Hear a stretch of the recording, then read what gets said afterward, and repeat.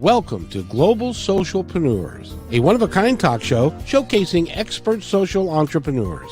Learn their stories and their secrets to creating a sustainable impact. Now, here are your hosts, social entrepreneurs Ann Scottlin and Shametria Gonzales.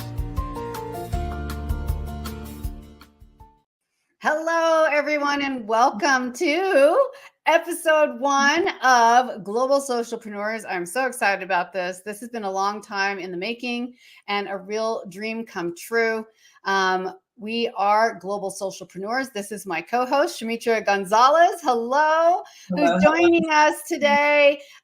She had a very late night and a very early morning, so we're just glad she was able to be here with us, and you're going to get to know her a lot more as we go forward. So what is a socialpreneur? Some people have been asking. It hasn't quite hit the mainstream conversation yet. It's amazing, actually, who doesn't know what a socialpreneur is. Well, you know what an entrepreneur is.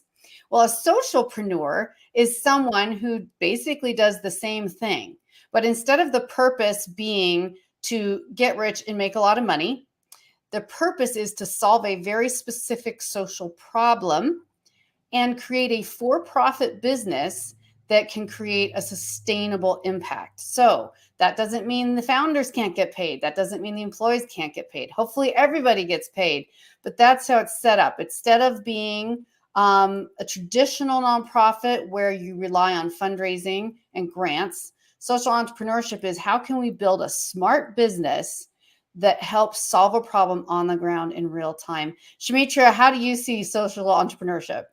Man, I see social entrepreneurship as a group of people coming together as socialites. That's a new word I'm coining. Woo! I love it. Social life. That's amazing. I love it. Okay, that's amazing. Yes. Perfect. Yes. So people coming together to create good, to create change, and to find new and original ways to do it. And I'd like to share one example with you that is just a pet example of mine, but one of the things I love about social entrepreneurship is that it can take place anywhere in the world, anytime, and any social or economic level. It doesn't matter where you are or what you do. It's something you can still do or be involved in. For example, if you can be a social entrepreneur, even if you wash clothes in the river for a living, because you can go door to door in your community and say, hey, I wash clothes for a living. I know someone else washes your clothes, but I'm giving 30% of my profits to the local orphanage, and I would love it if you would like to help support them. Well, what happens? People want to be involved instead of money going just into someone else's pocket. They want to be involved in supporting their local efforts, right? Their local kids, their local orphanage. So you get a lot more business. Ideally, and sometimes it takes time, but say you double your business, you're definitely making more money than you were before, and you're also giving 30% to your cause. So everyone gets a win. The orphans get a win. The person doing the business can get a win by increasing their income because they've increased their client base. And even the clients get a win because not only do they get the product or service that they needed anyway, but they feel good about themselves putting it towards an amazing cause. So that's what I love about global entrepreneurship and the impact it can make on a global level. What else, Shimitria, really gets you excited about social entrepreneurship? Man, for me, it's about connecting people to resources. And then I always say there's 3 P's: turn your pain into purpose and your purpose into profit. And so for myself, as somebody who is a survivor, who has come from a lot of different backgrounds, I love the fact that I can be an entrepreneur and I can make money, but then I can also give those resources back and allow those resources to pay it forward, because I was somebody who had someone who gave me resources and I was able to use that and actually change my life. And I think that a lot of entrepreneurs, their why, it can't just be that you want to create a business or you want to sell property or you want to, if you can connect that to something that is bigger than you, then the amount of money you make is going to be in proportion to the people you serve. That's how I look at it. Yes. No, I absolutely love that. It's so true. And today we are going to talk a little bit about social entrepreneurship, since we are both social entrepreneurs, and we're going to share with you a little bit more about that more towards the end of the show, because I think it's so important to know the story that takes us to that place. And many of you know my story already, so I won't be sharing that particular one today. But one thing that Shimitria and I share in common is coming from a background where we were taught a lot of things and programmed in a certain way. I'm not going to use the word brainwashing, but let's just understand what we're talking about here. To believe the world operates in a certain way, as when we were young, and set us in a self-destructive path that was filled with fear and anxiety, sometimes lack, sometimes poverty, and finding our way out has given us both a real heart for changing the world so that other people can find their out sooner, or if better yet, can prevent getting into these positions sometimes in the first place. So today I'm super excited. This episode is actually going to be introducing you mostly to Shametria, since again, most of you know my story, and her story, and really so you can see what motivates people to become a social entrepreneur. Why is it so important, and why do they choose to do it? So Shimitria, what would you like to share? I'm just opening the floor to you. I'm just here to be your sounding board. Let's share. Tell me your story. Tell me where you came from originally. Yeah, so basically, I like to tell people that I was a small town country girl who had a really big dream, right? So from the moment that I was born, I was a fighter. So I was born to parents that were addicted to drugs. And I was born with something called crack in my system. It's a drug. And I was born very small, like a little over 3 pounds. So from that day forward, I was fighting for my life. And I think that resilience and, from moving on from being crack in my system, I went from kind of foster care to foster care. Then I went to get adopted. Then I was kind of with different family members. But one thing I tell people, I didn't know that I was poor. I didn't know that I didn't have other things or that anything that was wrong with me. I just thought that that was normal life for everybody. So I think that mindset allowed me to be able to go and just kind of explore socially, right? So that means that every single space that I was in, I had to learn how to adapt to people. So my gift became people, learning how to deal with people, how to talk to people, how to, be in different environments, how to be grateful for everything I had because I never had too much, right? I think the spirit of gratitude just became my attitude. Like I adopted that as a principal way of how I live my life. So 15 years old, I'd been through all these different adversities. I had one person who cared about me. She was my school counselor. So I went to her and I was like, look, when I was born, I had all these complications. I have this person I'm living with, which is a foster home. They get money for me. Like I found out they got checks for me. And when you are a kid in the system and you have complications, they give you like extra money. Like, so she was like, I talked to her. She was like, look, have you ever heard of something called emancipation? I was like, no, what's that? She was like, well, emancipation is where you go and you free yourself through the state to be legally an adult. They'll give you your own money. You just have to provide this, this, and this. So I went to court, emancipated myself, got a job at Sonic Drive-In, moved from the country to the big city. And after that, it was like my life changed, right? Like I thought that I was grown. I was doing everything I needed to do. And eventually I got a job at Sonic Drive-In and I was going to school. Like I was so proud of myself. I had made it to me. But I did not know that there was something in the big city that people do, and it's called trafficking. So they So look how for old were you here, like at Sonic? Yeah, so I was 15 years old at Sonic 15. Drive. Okay. 15 years old. I had emancipated myself. I was on my own. I was going to school, like living my best life. I thought I was so proud of myself. Like I love to tell people about that part of it because I really did in that moment think that I had made it. I was like, my life is about to be amazing. But the reason that I go from there to like, I didn't know about trafficking is because the women that I was working at Sonic Drive-In and these women would come And they came in nice cars, beautiful women, and they would talk to me. They would be like, hey, how much money you make? You're so beautiful. Tell us, what's going on with you? Why are you at work every day? I worked every day. I was working right across the street from my high school. These are key factors in what they look for. They look for young girls who are working, that don't have anybody to look after them, that don't have anybody to be a part of their life. And they basically, vetted me. And these were women. So this part of my story is probably the biggest turning point for me, because without that space for them to find me and vet me, I would have never been in that situation to be trafficked if I had somebody to just talk to and tell them what's going on. So 15 years old, these women coerced me. They're like, look, you need to make more money. I never had money, so that didn't get me. But they were like, well, you need a family. I'm like, I do need a family. They were like, you need somebody to protect you. I do need somebody to protect me. And they were like, you need a father figure. So they take me, they introduce me to this man. His name's Snake. And he tells me, first of all, he wows me. He does stuff to me that I'd never had done to me before.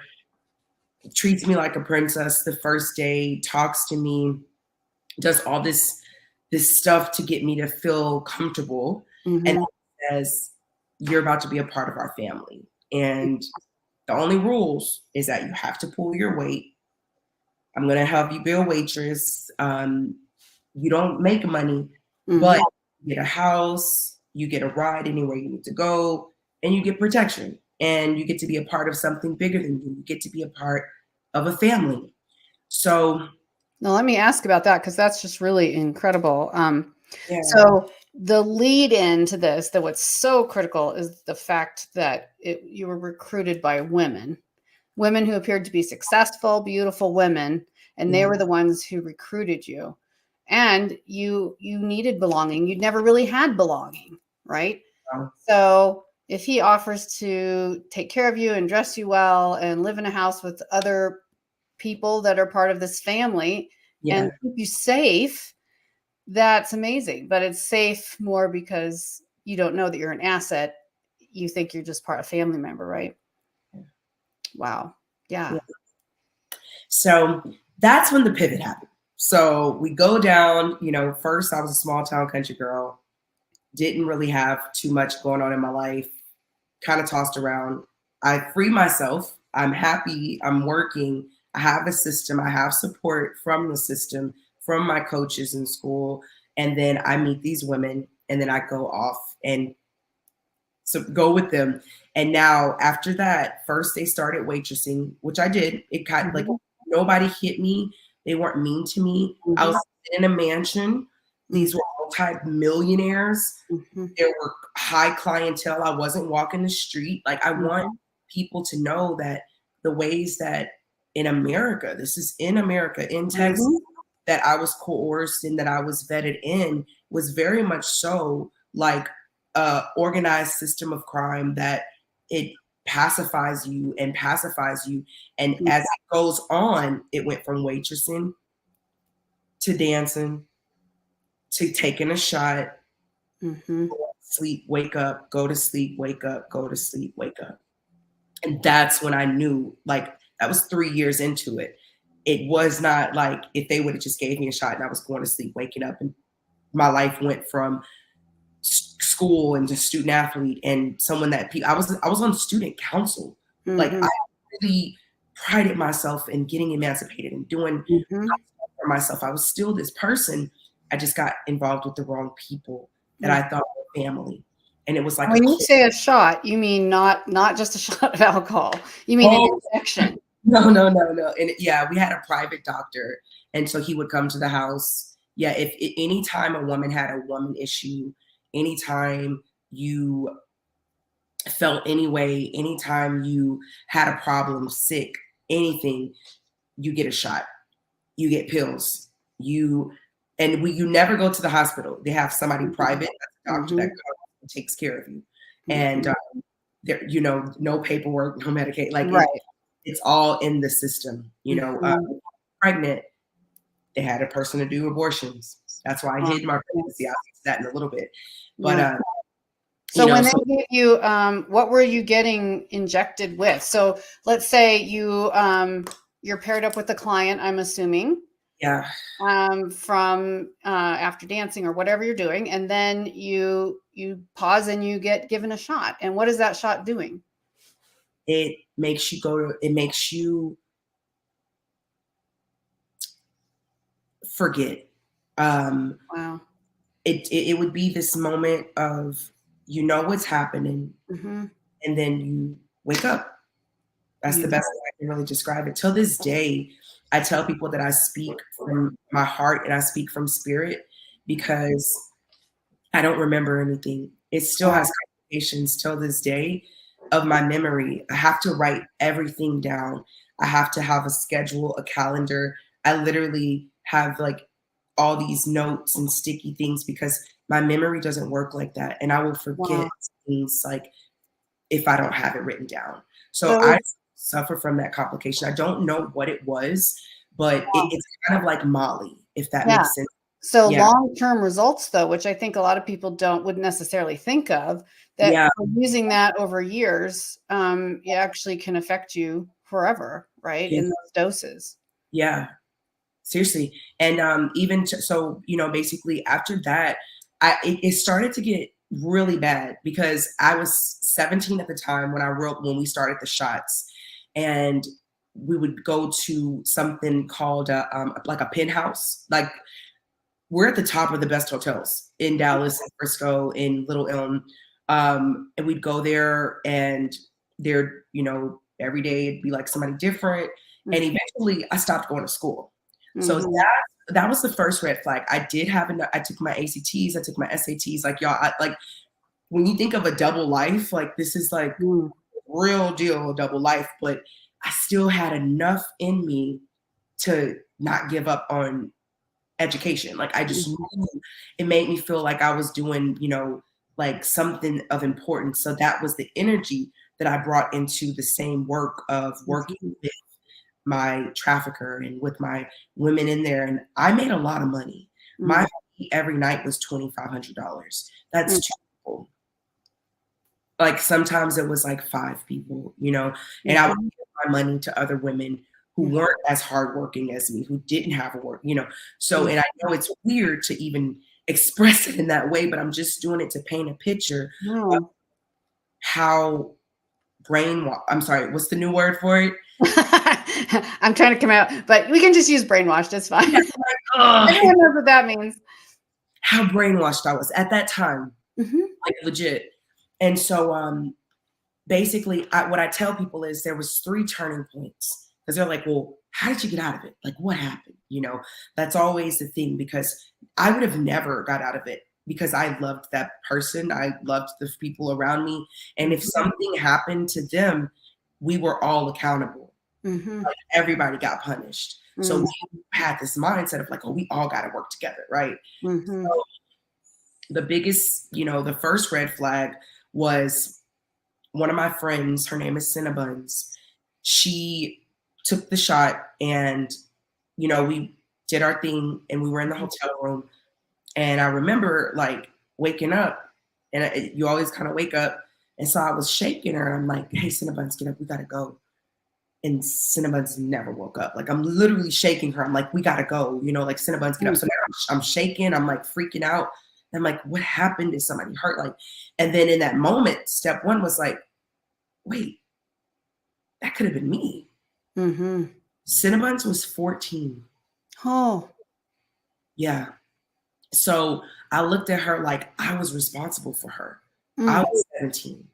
So I remember calling the house mom, and I'm like, hey, so a house mom is a term of a woman who's aged out, who just watches over us. And she's trusted within the community. So we call her if there's ever a problem, if anything's ever going on, we call her. And she was like, Shimitria, they called me addiction. She was like, addiction, look, don't Don't like say anything. Don't call anybody. You know the rules. Snake's gonna take care of it. I never saw Cinnabons again. Wow. And I always say that because we all know our code names. So the more that I'm on these stages, on these platforms, maybe she's naked, maybe, you know, she's out there. Maybe she'll hear my podcast one day and I'll get to see her again. But I just know I never saw her again after that.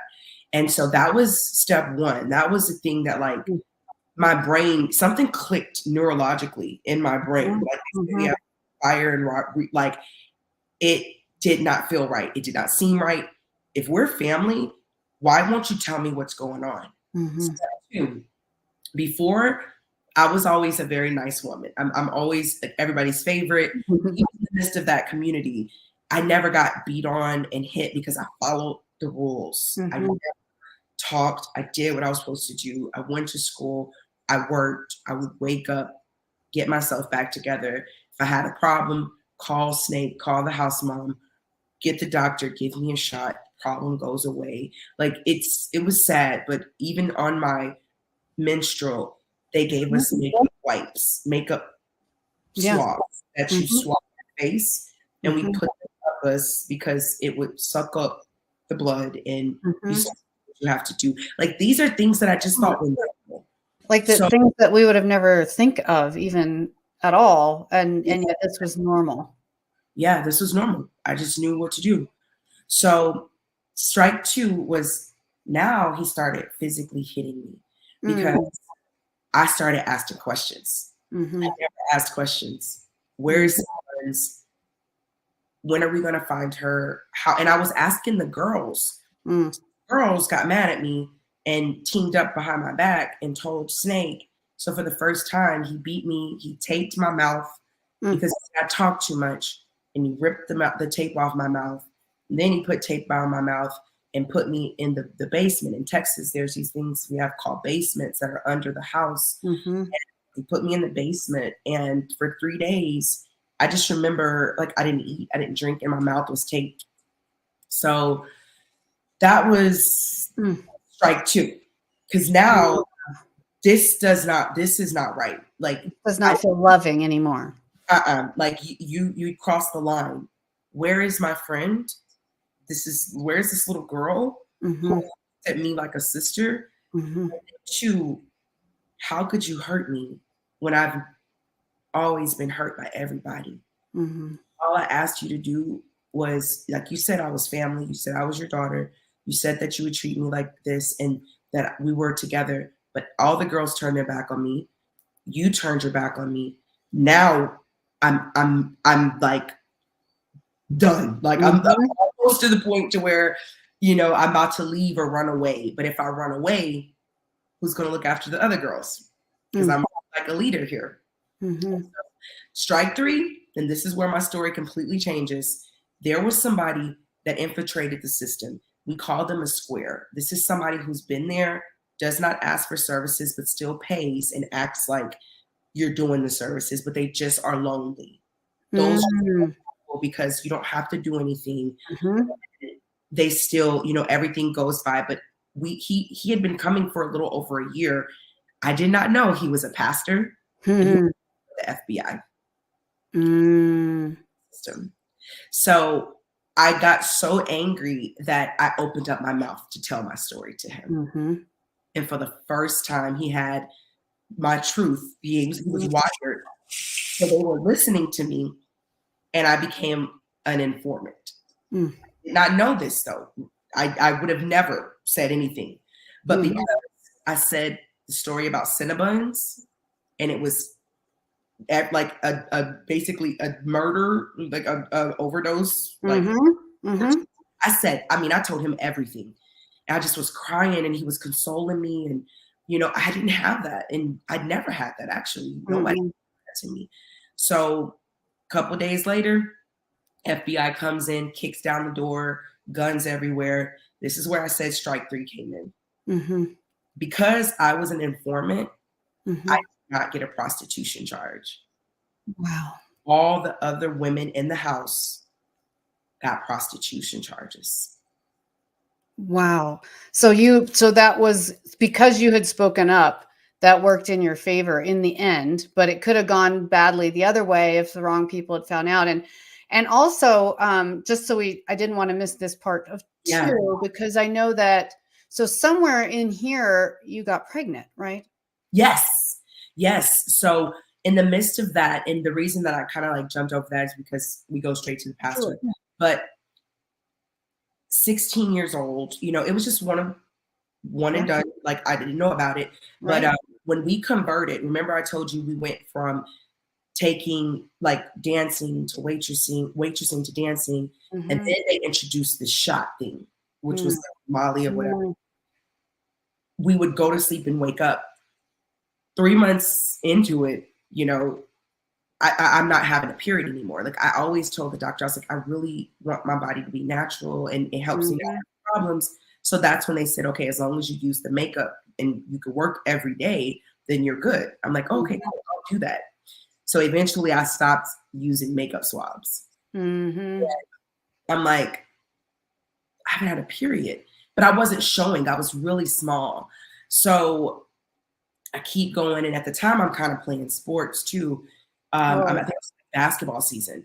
So now it's like 5 months into it. I know the rules. If they find out you're pregnant, the doctor comes, that's it.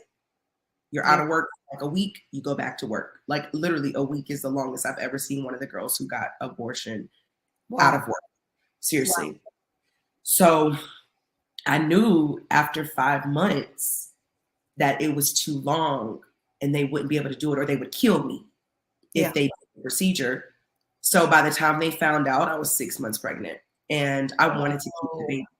And basically I was able to, like, they would kill their product, or they would let me have the baby and take my baby. So in the meantime, in between time, I did have a guy from my school who I never told what I did, but he liked me. Like, he was my school boyfriend. Yeah. He had a grandmother. So I told him, I said, you know, when I was pregnant, we had never done anything, but he was like, look, I know you were troubled. I know you're going through stuff. I want to be there for you. Let me be the father. And his grandmother will watch the baby. And that's what we did. So we created like so after I had my baby, I only had her for a week. And then I gave her, you know, to my friend. And then he gave him to his godmother, who till this day, he has my daughter tatted on his leg, and his grandmother has been there for us. We were there with her this summer. My daughter's there now, actually. And we were able to create that bond and have somebody there to watch my daughter so she wouldn't get taken. I also like to honor the fact that I know many girls who tried to do what I did, that they didn't have anybody to watch their daughter. So Snake took their daughter. And that's how they keep the cycle going, because there's no paperwork. We have a private doctor. There's no birth certificate. There's no social security card. There's no record of this child. Wow. It's another thing that I bring awareness to. No one thinks about the babies that happen when women are being trafficked have a child. And I'm more than sure they take them overseas. Because that's like the purest asset you can get, because then the programming is 100% complete. You don't have to have any outside influences at all. Correct. And you're raised as if this is their father, or this is their mother. Right. This is what, So. Wow. So yeah, go ahead. No. Yeah, I know it's deep, guys. So stick with me. And I'm so sorry. No, I love it. I'm so glad, because these are the things people need to understand. Yeah. As my why. When they ask me, because we'll get to my why, we'll get to the work I'm doing now. But I have to break the story down like this. So point not thank you for even bringing in my child, because then we can bring even more awareness to what happens to kids. How did I get to have a child? How was I able to beat the system? It was strategic. I really wanted somebody to love me. I really wanted a baby. So in the midst of all that, we go on. He breaks the system. They completely dismantle the organization from the top to the bottom, but they never find Snake. Whoa. They never find him. They found his minions. People told on different things. Nobody would tell on this man. And they got time. The women got time. The girls, some of them went to foster homes. One of them committed suicide because it was all she knew. We called her Roxy.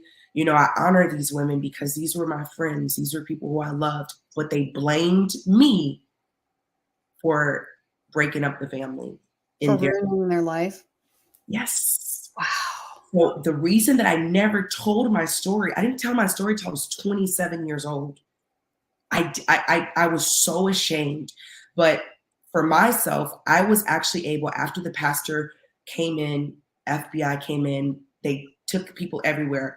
I had one, that was strike 3 for me. I said, I'm out. But I had my SATs, I had my ACTs, and I had finished high school with enough credits to be able to qualify for a GED. So my coach, the guy who was the pastor, was also a coach that owned a school. And so he said, look, you have a story. You're smart. You're beautiful. You can do this. Let's get you to college because they'll get you housing, food. They'll let you learn like education. All I needed was safe. I just wanted a safe place. I'm like, look, I don't care about any of that. I just want to get out the state. So I leave the state. I write my story to all these Southern Black HBCUs, and 28 scholarship offers come in. I didn't even have a GED at the time. Wow. I put in my story. 28 scholarship offers all over the country. Wow. So it was a little harder because most of the bigger schools, because I didn't have a diploma yet or a GED, they could offer the scholarship contingent upon me doing it. So there's something called NAIA, and that's like a smaller school that they have different regulations on who they can let in based on what credentials they have. So Southern University is proud Jaguar, and they accepted me and they let me red shirt for the first year. They brought me in on an academic and athletic scholarship. I used that time. I got my GED. I got to walk across the stage when they graduated their diploma class, because I graduated from God's Academy, technically, because I was able to get my high school diploma through them based on the GED program I finished.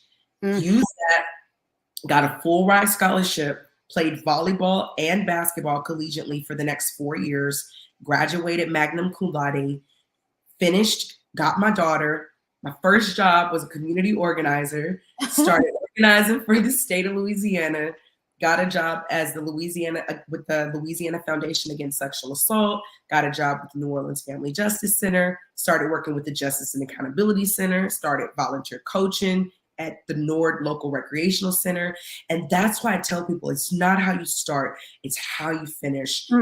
Had imposter syndrome for the longest, but I said, as long as I could change my story, I don't have to tell the story. And then it caught up with me when I was 27 years old, because it started kind of getting out. I was an advocate. I was working. I was doing all this amazing stuff. I didn't make a lot of money, but I was really, really good at motivating people and helping people to go to college and young girls to get on the right track. So people were kind of picking up on who I was. I was getting some headway. Me and my daughter wrote a book about our experience.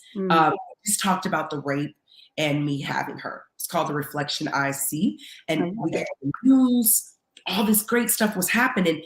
And at 27, they say, look, we want to share your story in a musical. A hedge fund that's $1 billion hedge fund is going to sponsor it. We're going to pay for everything, pay you. We want you to share your story. They bring all these big people in. They're sitting in front of me with suits and stuff. And I start to share my story. Oh my God. After I shared my story, I shared the story, but it was in a different way. It was like, I was so grateful to meet this man when I was 15 and these women. They brought me into their family and I completely messed up everything, because like that was how I was sharing it. I didn't know what trafficking was. I didn't know what a pimp was. That's another term they use. I didn't know that I was great, like sharing my story, making them out to be the heroes and me out to be the villain. Because I never shared it. I just went on with my life. So after I finished sharing my story, everybody's like this. And the woman who is a counselor and over the project is bawling. And she grabs me and she's like, did you, she asked me questions. She was like, have you ever heard of trafficking? I was like taken? She was like you're doing sexual service for money, not on your will, with drugs, and you have somebody who's manipulating you and allowing you to do these services, but they get paid off of it. So finally, I didn't accept it for weeks. You didn't know what it was particularly yet. No, and it would have completely changed my story psychologically. So basically, after that, I found out my true story. I started going to conferences, training, seminars, getting healing, doing the work. And I raised a lot of money for people because then I started sharing my story. But that's where my PPP comes from. People turn my pain into their profit. And they do not connect it to my purpose. I didn't get paid for it. And I felt like because I was being trafficked and not getting paid, that now my story is being shared everywhere and I'm still not getting anything for it. And I'm working for not-for-profits. So I decided in that moment to create Unleash to Speak, which is a platform where I help survivors to advocate for themselves, to be able to learn how to share their story, to change laws, as well as to get compensated for their story so they can continue to share it. And I started Home for Grace with my partner, Sophia Willits, which is a home for women who have been trafficked. And then I got my real estate license. I started getting into the real estate game and just kind of started, changing my own dynamics so I can have the financial resources to be able to be a socialpreneur. And that is where I'm at now. That's when I started sharing my story, how I met Ann at a conference in Washington where she was sharing her story. And then we both realized that, wait, we both were in this space where Ann had somebody who had her thinking that this was right. I had somebody thinking this was right. But our mind is what saved us. And we got into consciousness, we learned awareness, and we were able to really come together on this platform, which is my why. I don't want anyone to ever go through what I went through mentally. I don't want anybody to just do something for other people and not connect service back to it to help pay it forward. So I know that we're going to have to wrap up pretty soon, and my story is long, and to anybody who this may have affected in any way, please take a deep breath and know that, I'm here with you. You're not alone. I'm here if anybody needs to kind of talk through this, but this is real. It's happening to women right now that are just like me. But my goal is that because I made it out, so can they. And what you make it out of qualifies you to help others that are still in it. So, Ann, I just thank you so much for having me and letting me share my story to raise this awareness. And it got better. So, I'm just one person. No, but it is so amazing what you're doing. And this is really what this show is about. And this is why I was so delighted when you said you would co-host right now, because this is how we change the world. This is how we change the world with love. This is how we connect to people and their real experience, and then find ways on the ground to change it.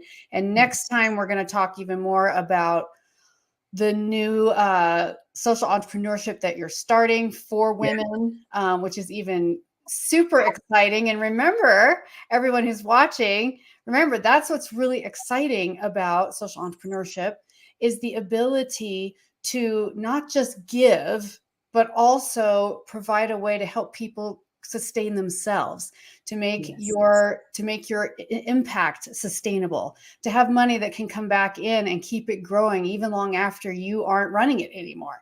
You want to set up something that is sustainable over time.